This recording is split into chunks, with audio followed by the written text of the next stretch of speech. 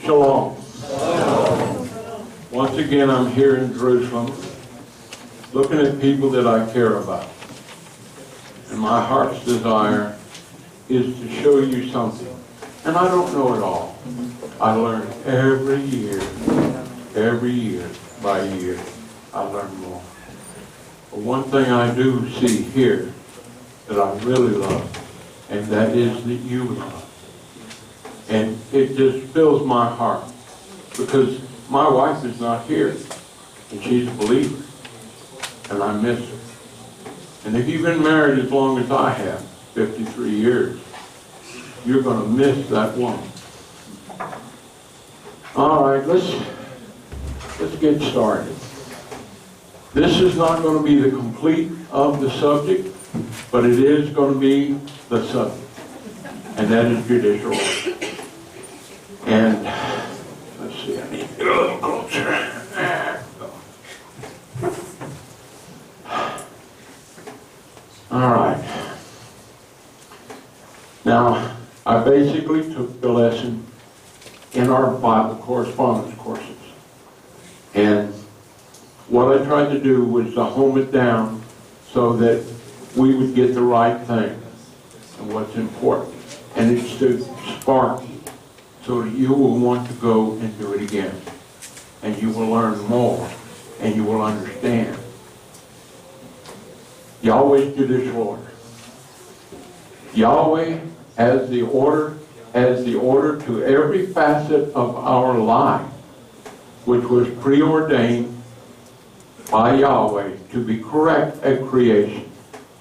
Now what we want to do now is we want to see where Yahweh's judicial order was in creation. And we're going to start in Genesis 1.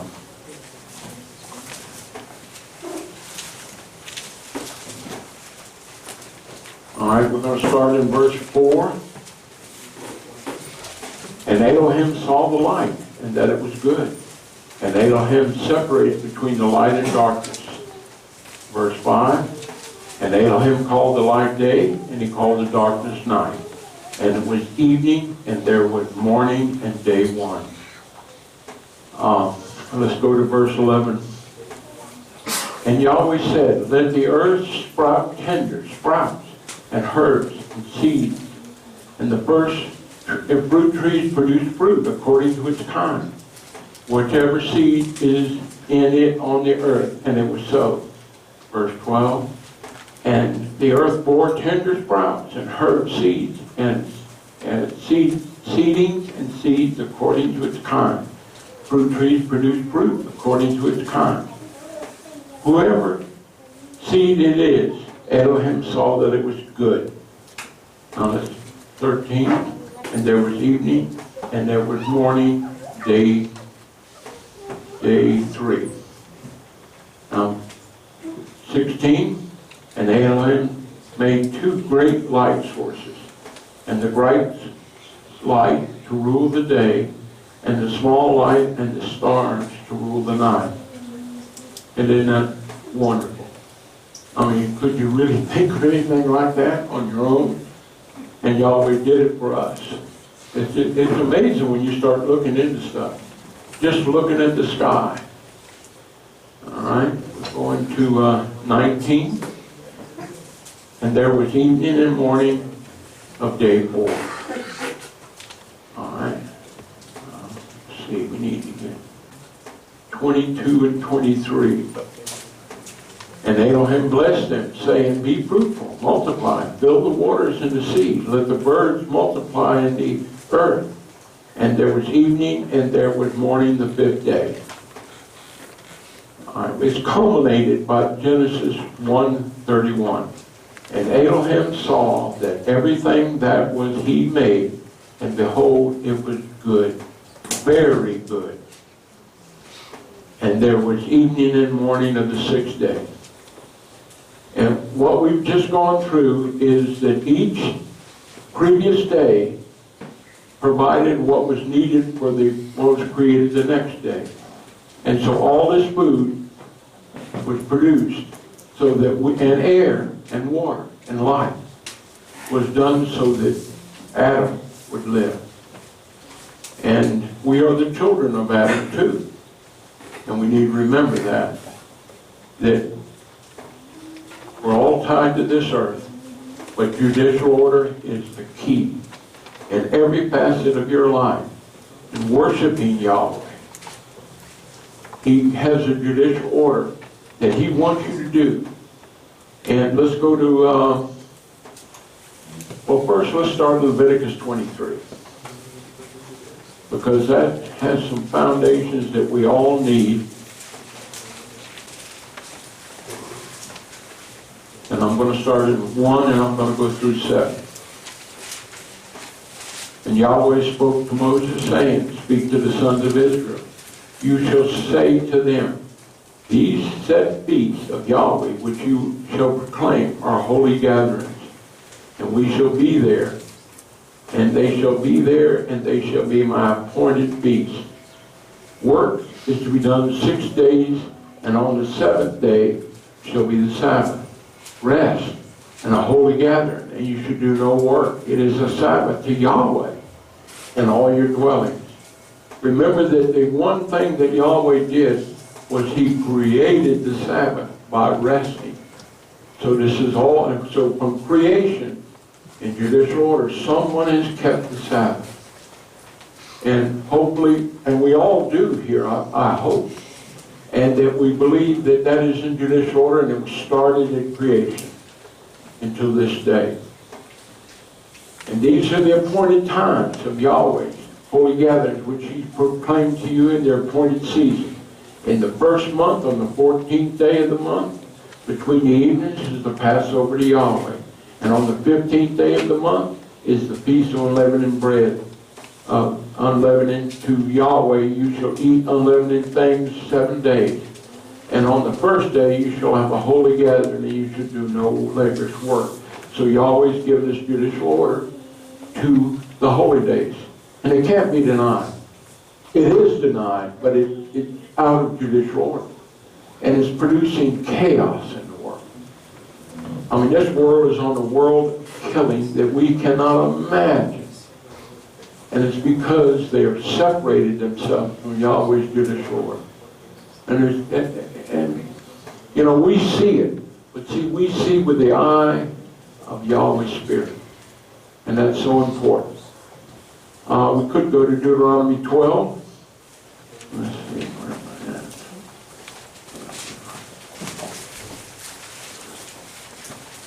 All right, and we're going to do verse 28. We're going to start.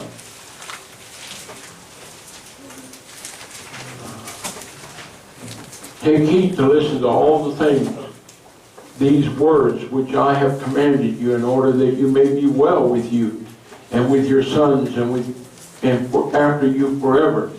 When you do that which is good and right in the eyes of Yahweh your Elohim.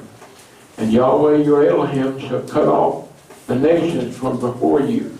And when you are going in to possess them, you shall possess them, and you shall live in their land. Take heed to yourself that you do not snare to follow after having been destroyed before you, and that you now inquire after their God, saying, how did these nations serve their Elohims? And I shall do so, even I. You shall not do so to Yahweh your Elohim. For everything hateful Yahweh which has detested, they have done to their gods, for they have burned their sons and their daughters in the fire of their God. All things that I command you, take heed that you to do them, and that you shall not add to it or take away from it. And that's something I see in our that I've learned over the years. We were doing some things years ago that we're not even mentioning now because we completely changed. And you have to, and that is a key. When you find yourself in a bad situation, change right then. Repent. I mean, repentance is an ongoing thing. Now let's go on to another facet of this, and that would be an ordained minister or elder. And the important thing to remember is that many people take it upon themselves to baptize people, and they're not in judicial order. This order started with Yeshua, who appointed his apostles, and they ordained other men. And there was qualifications for those ordainments. They looked into their character. They had to be a man that had matured, that had actually kind of suffered through life, because you learn the consequences of that. They had to be the husband of one wife. And as most of you know, none of you were prepared to be a husband. I was. And fortunately for me, my wife was a beautiful human being, and somebody that made me into a man. Because I was raised in a time where you didn't do a lot of things for women. You just lived your life like John Wayne. You're laughing, but that's the way I thought. You know, I never saw him carry a diaper bag or change a diaper. And we had 9 kids. So I got roped into that one. In the Garden of Eden, everything was perfect. And that's where it began, and that's where it's going to end. We're going back there. We're going to make it perfect. Yahweh is making it perfect, and what a great privilege. When I was a boy, I was born and raised in the military, and I always wanted to be a hero. Well, now I can be, because he puts us in together, and we're working to do things together, and to accomplish, and to bring other people. See, my job is not to rule over anybody. My job is to help them. And sometimes, if I don't know what to do, I go above. I seek out other men who are qualified, or else, and ask them questions. Because we want you to succeed. I want to succeed. There's one quote I'll never forget that Don told me one time. He said, "Cliff, I have to be worried about my salvation." You know, that's true. We all have to worry about that. Because we could fall away. Other men have done it. And we want to encourage you not to fall. Yeah? All right, let's see if we can get some more things here. Most religions today have man-made ceremonies. You know, and you know them as well as I do. Their worship system to the Elohim is not scriptural. They worship Christmas, Easter, Sunday, and just about anything you can think of. And, you know, and Yahweh will not accept us worshiping false. Because you remember where the priest is asked, can a holy thing touch a common thing?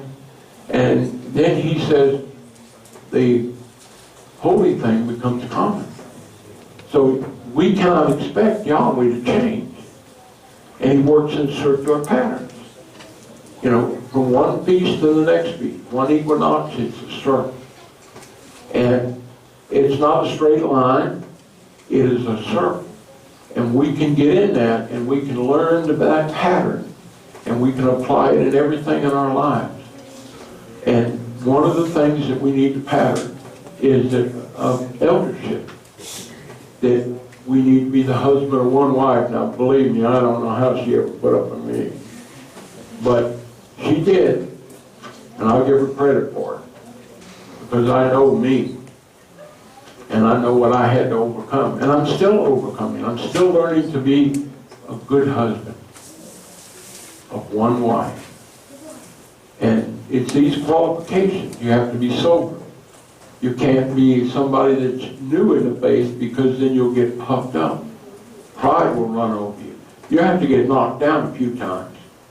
Maybe a lot more than a few. But these are deflations, and Yahweh's using them to teach us to be men who serve other people. I learned from the organizations that I was in, I saw abuses. And I learned that I didn't want to do that. I don't want to take advantage of people. Now, inadvertently, I told my sons this. I said, try not to hurt anybody, because inadvertently you're going to hurt somebody. And you have to be quick to recognize it and try to help it and change it. And as elders, we have to do this. But we're all serving. So we're all really following the same requirements. There's not a one of us that we should think of ourselves as a servant and nothing more. And, you know, I can remember when I was ordained, you could have knocked me over with a hammer, because I had never thought about ever being an elder. But I figured this: if Yahweh can use a man like me, then he can use anybody. And that's true, because he adds to what I lack.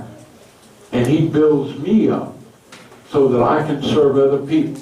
Because look what Yahweh does. Look at the service that he's done to mankind. And he didn't have to. And out of pure love, he sent his only son into this world to die for our sin, if we were the only person. And remember that a man can only die for another man. So it had to be Yahweh or Yeshua Yahweh that died. And we need to remember that. And his name didn't change till after he died. And the Father glorified him. And we need to remember that.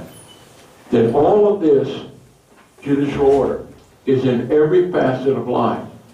If anything works, I saw a long time ago that in every nation around this world, the nations were held together by good men and women in that nation trying to do what's right. Even though they didn't know, they still struggled to do what is right.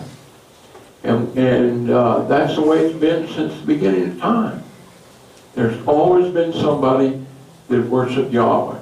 I think one of the greatest things that I learned, and it's in judicial order as well, is Abel's descendants. Because I thought Abel ended. And now I know that Yahweh kept his own circle of plans and brought children down into this age. And those people are still loyal. They never fell away. You know, we've all fallen away. My parents and grandparents and great-grandparents, they fell away from the truth. I believe they knew it at one time. I think each one of you's family can go all the way back. It doesn't matter who you are. And that you're an Israelite. And I'd love to be a Canaanite as well. I mean, I think that would be an honor. And if you ever meet any of those people, I want you to give them honor. Because they deserve it. Long before any arrest. Clearly you see in judicial order that Yahweh places a place. You're sitting in that place. It's Jerusalem. That's in judicial order. He decided that this is the place he watches. And look at all that's going on here. I mean, we've got to pray for the peace of Jerusalem. We've got to pray for the peace that Yahweh will send his son. Because this is getting, you know, I don't even know where you could go anymore. I mean, you'd have to go in the desert where there's nobody. I mean, you really do. Well, there's judicial order in the priesthood. And you see that Yahweh was going to make the heads of household the priest. But at the golden calf incident, he had to change. You know, it's just a modification. He's going to end up doing it the way he set out to do it. And we need to understand that everything in his sanctuary is going to be in judicial order. Down, I think Don said, to the millimeter. Now, some of you skilled workers can get down like that. I would be shaving stuff and shaving them. But I've seen people that could just take a saw and cut it and get it right the first time. We're living in the time where the Bible calls the last days. So every one of us needs to understand that this is critical. Because you're not going to be able to bring people to the truth by your witness if you don't understand judicial order.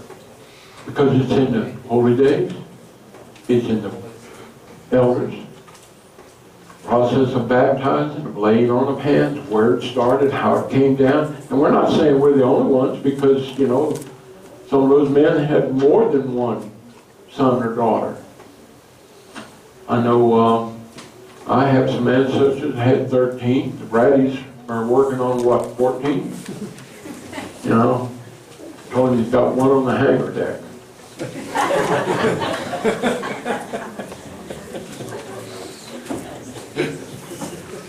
Well, that's what all I heard when I was a kid. The Army and then the Navy. I'd heard it all. I figured I'd served my time. I joined an Army that's really going places. I got drafted into it. You know, I never thought about it, but we're all drafted into this. It's Yahweh's purpose to call each one of you and bring you in judicial order to His kingdom, and to bring other people, to produce fruit.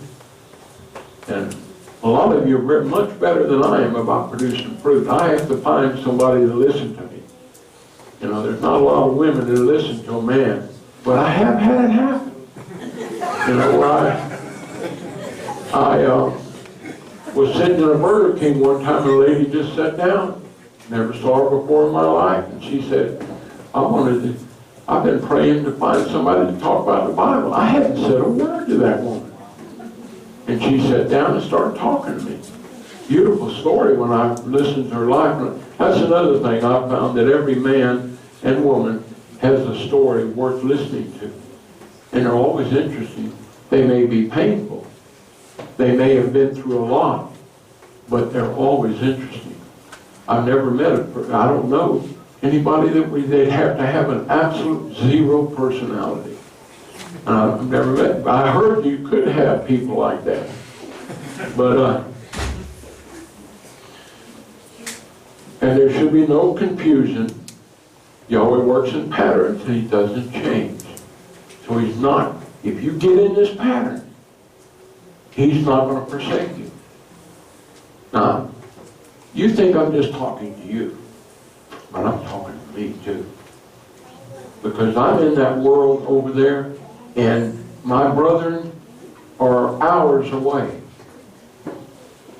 I mean, that's the way it is in America. We're just scattered so far and wide. And occasionally we can get together. But I want y'all to be thinking, to get as close to the congregations as you can, because it really helps. Every bit of trouble that could come about being separated and having to face the world by yourself. And I've got some war stories to tell you. Not just mine, but other men and women. And, you know, praise Yahweh, we're in Jerusalem. You know, He brought you here to teach you. It's like Leroy was telling me. He said, this is a 4-year college education. Look how long we've been here. And He's teaching us so much. And every year, He adds to it. He doesn't take away, He builds it up. Yet today there's so much confusion among believers. So many who refuse to follow the judicial order. You know, I'm not going to follow a man. You know, I mean, you got a brain. I mean, I've dealt with men all my life. And some of them you could read their character. And they were good men. And so you need to have a mind that's open. I'm looking for salvation. I want to follow these people. I want to know where they're going. I want to see how they got there. And they're all different. Well, Roland, I can't hardly believe he could do the things. But I come to realize that it was Yahweh.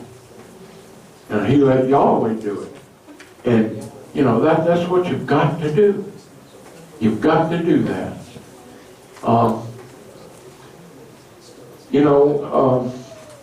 And leadership that Yahweh has set up in the body of Messiah. See, when you were baptized, you didn't just join the covenant, you joined the family.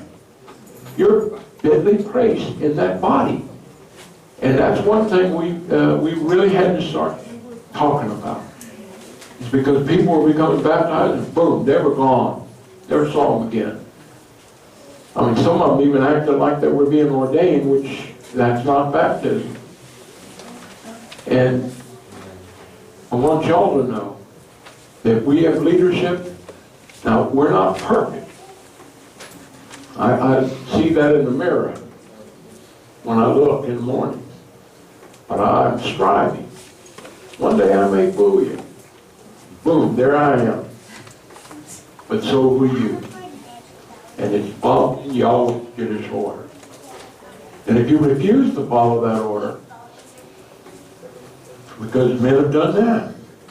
I've seen that with my own life. People I liked and loved just walked away. And they were talented men. And we really need talented men.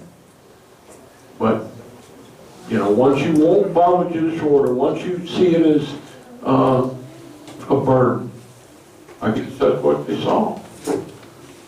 And, you know, if you do anything that's a burden, you have to get up, get out of bed, you have to go and do it. It doesn't come done to you. Except occasionally I have had breakfast in bed. Not often. And she's got to the point she can't do that hardly anymore. Well, let's move on. Each one of us in the body of Messiah has been given gifts and talents. And each of us has a special job that Yahweh's called us to do. And that's in judicial order. And we should not covet. And that doesn't mean you could say, well, I see he's talented, and I wish I was as talented. That's not exactly, that's just saying I wish I could do more.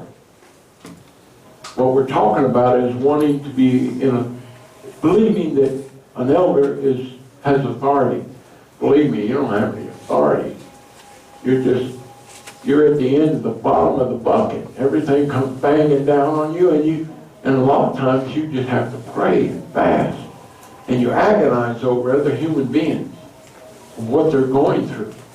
I mean, I've got some young men with children that wife just walked off. And she said, I never wanted to be married. Well, you got to ask the question, how did you get married? But, you know, what do you say to somebody like that? You pray for them, you give them counsel when they come to you and they're telling you some of their innermost thoughts, the pain that goes along with that. I mean, I saw a divorce a year ago, and I actually got physically sick by seeing the poison that can come out. You wouldn't believe these were human beings that ever married each other. I mean, they were better enemies than married partners, and they had a bunch of children. You know, and all those children, all those girls and boys are seeing this. And somehow you've got to make it better for them so they won't do that. And the marriage was out of judicial order, by the way. That gives you another idea. And once you start getting married, I don't care how much you love a person, if you're out of judicial order when you marry them, it's never going to get right. And it never did. It never did. Now, we could go to Romans 12:4. Well, I can go to 4 and then 4 through 8. For even as we have many members in our one body, but all members do not have the same function. So we, the many, are only one body in Messiah, each one member of one another, but having different gifts according to the grace and given to his knowledge, to us, whether prophesying according to the proportions of our faith, or the gifts of administration, or in ministry, or the one teaching their doctrines, or an aid, and the one consoling in the encouragement of giving with sincerity, and one that rules with diligently, that one shows mercy with cheerfulness. And let not your love be deceitful. Hate that which is evil, and hold fast to that which is good. Wow. Wow. And so we as members in the body, we need to do that as well. We need to realize how, and y'all are so important to us. I mean, you encourage us. When we have problems as elders, we can ask you to pray about it. And you're lifting up our hands like Moses on top of the hill when Joshua was fighting for Israel. And these gifts are so important. Ephesians 5, 1 and 2. And then we'll go to another one. Then become imitators of Elohim as beloved children, and walk in love, even as the Messiah also loved us and gave himself for us, an offering and a sacrifice to Yahweh for an odor of a sweet smelling. Verse 21. Submit yourself one to one another in the love of Messiah, which actually brings that whole principle right there. And there's so much in the Bible. You know, I'm not even, we'd be here all day and night if I went to all these scriptures. And I'm going to touch on a subject that can get me in trouble. A woman is not to preach in the congregation of Yahweh. And it's been that way from the beginning. It's not that we're taken away from women, because women are very important to us. They build us up. And they make us men, and they make us do better. Remember in the scriptures where the kings of Judah, they've always lived their mother. Because the mother has so much influence. Today, most women do not want to teach their children. And I can understand being not feeling I don't know. But there are sources to help you. We need to encourage that. Because they proved in Florida, where I live, the children that were homeschooled were much smarter than those that were graduating from high school. They were more desirable for college students. And everybody needs to remember that, you know, the children are the key. Now, if you've already raised your children, and they're not in your hands, you become the mothers and fathers of other children in the congregation. And you become the grandparents, because we need this family. And you can help raise other people's children. Follow Yahweh. I mean, that's my heart's desire. I wish all my children would follow. But it's not, it didn't happen. And it's because of ignorance on my part. I'm not saying it was because of Yahweh or because of anything. Because there were people that did it right. And I don't know how y'all feel about it, but women, they can pray for other women. They don't need to anoint them. They don't need to stand in the pulpit. Anybody can pray. Yahweh is not a respecter of person. If you pray for somebody, Yahweh hears it. And there's going to be an answer. And sometimes it's not now. It's soon. Or maybe, no, you don't need that. It's going to cause you problems. Because Yahweh is the one that we want His will in our life.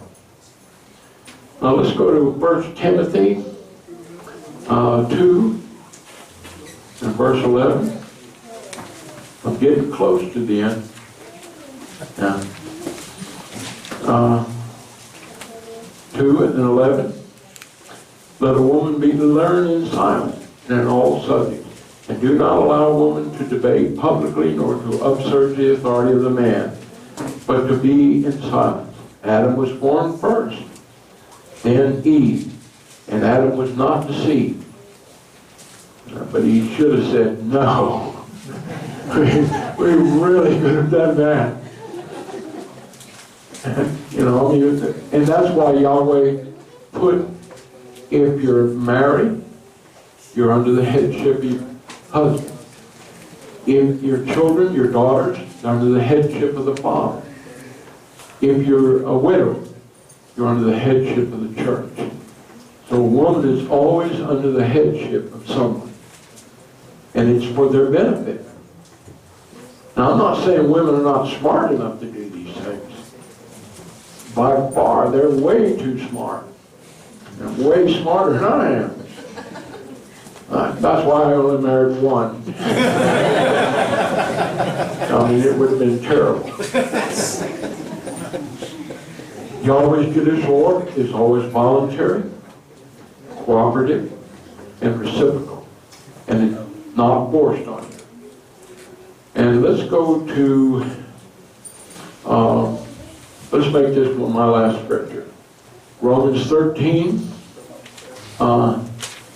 and 1 and 2. Let's see if this fits. Let every soul be subject to the higher authority, for there is no authority except from Elohim.